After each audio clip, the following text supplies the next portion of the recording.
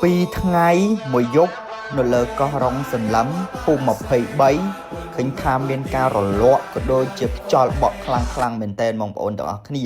ដោយសារអាកាសធាតុមានការប្រែប្រួលហើយក៏មានការភ័យក៏ដូចជារន្ធត់សប្បាយរីករាយជាមួយនឹងទេសភាពក៏ដូចជាទឹករលកឆ្នេរខ្សាច់ស្អាតខ្លាំងតែម្ដងបងប្អូនទាំងអស់គ្នាជំរាបសួរពុកម៉ែបងប្អូនទាំងអស់គ្នាឥឡូវនេះខ្ញុំនឹងធ្វើការរៀបរាប់ខ្លះពីសកម្មភាពដែលខ្ញុំធ្វើដំណើរទៅកាន់កោះរងសន្លឹមភូមិ23ដំបូងឡើយគឺខ្ញុំចូលទៅដល់កំពង់ផែក្រុងព្រះសីហនុនៅម៉ោង7ម៉ោង8បងប្អូនទាំងអស់គ្នាតែដោយសារអាកាសធាតុមានការប្រែប្រួលដូច្នេះហើយទូកគេឲ្យយើងអង្គុយរងចាំរហូតទៅដល់រលកស្ងប់ស្ងាត់ដើបទូកគេចេញទៅអញ្ចឹងណាបងប្អូនទាំងអស់គ្នាបងប្អូនទាំងអស់គ្នាប្រកាសជាដឹងហើយនៅថ្ងៃទី11នេះគឺ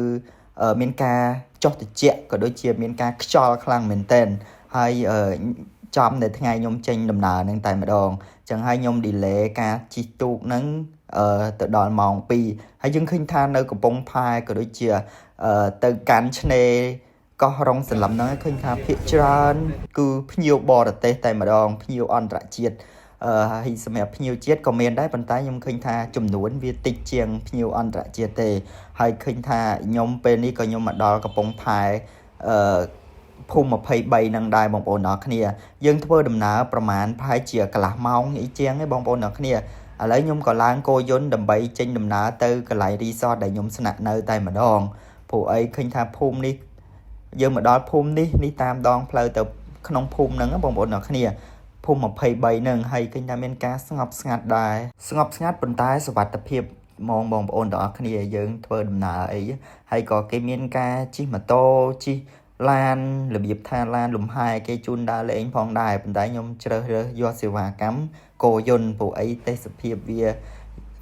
បរិយាកាសវាប្លែកអញ្ចឹងណាយើងជិះគោយន្តទៅជុំគ្នាទៅសប្បាយហើយឥឡូវខ្ញុំក៏បានមកដល់រីសតនឹងដែរហើយឥឡូវខ្ញុំក៏ចាប់ផ្ដើមថតរូបលេងបន្តិចទៅព្រោះអីឃើញថាវាស្អាតខ្លាំងមែនតើទឹករលកក៏ដូចជាខ្យល់បក់មកល្វើយអញ្ចឹងណាជើងភ្នំឥឡូវនេះយើងធ្វើដំណើរជិះទូកទៅកន្លែងលេងទឹកជាមួយនឹងទៅកន្លែងស្ទួយត្រីអូសាមកធំទេសំថឹងវែងអនឡាញមូលឯនេះក៏ត្រៃនៅឆ្ងាយទៅមិនដល់ពេលនេះយើងក៏កំពុងតែជិះទូកមើលថ្ងៃលិចក៏ដូចជាស្ទួយត្រីក៏ដូចជាទិញរបស់បងប្អូនប្រជានេសាទយើងដែលគាត់បានថ្មីអញ្ចឹងណាយកមកអាំងញ៉ាំជុំគ្នាតែម្ដងបងប្អូនទាំងអស់គ្នាឃើញថាឆ្ងាញ់មែនទែនតែម្ដងពួកអីស្រស់មែនទែន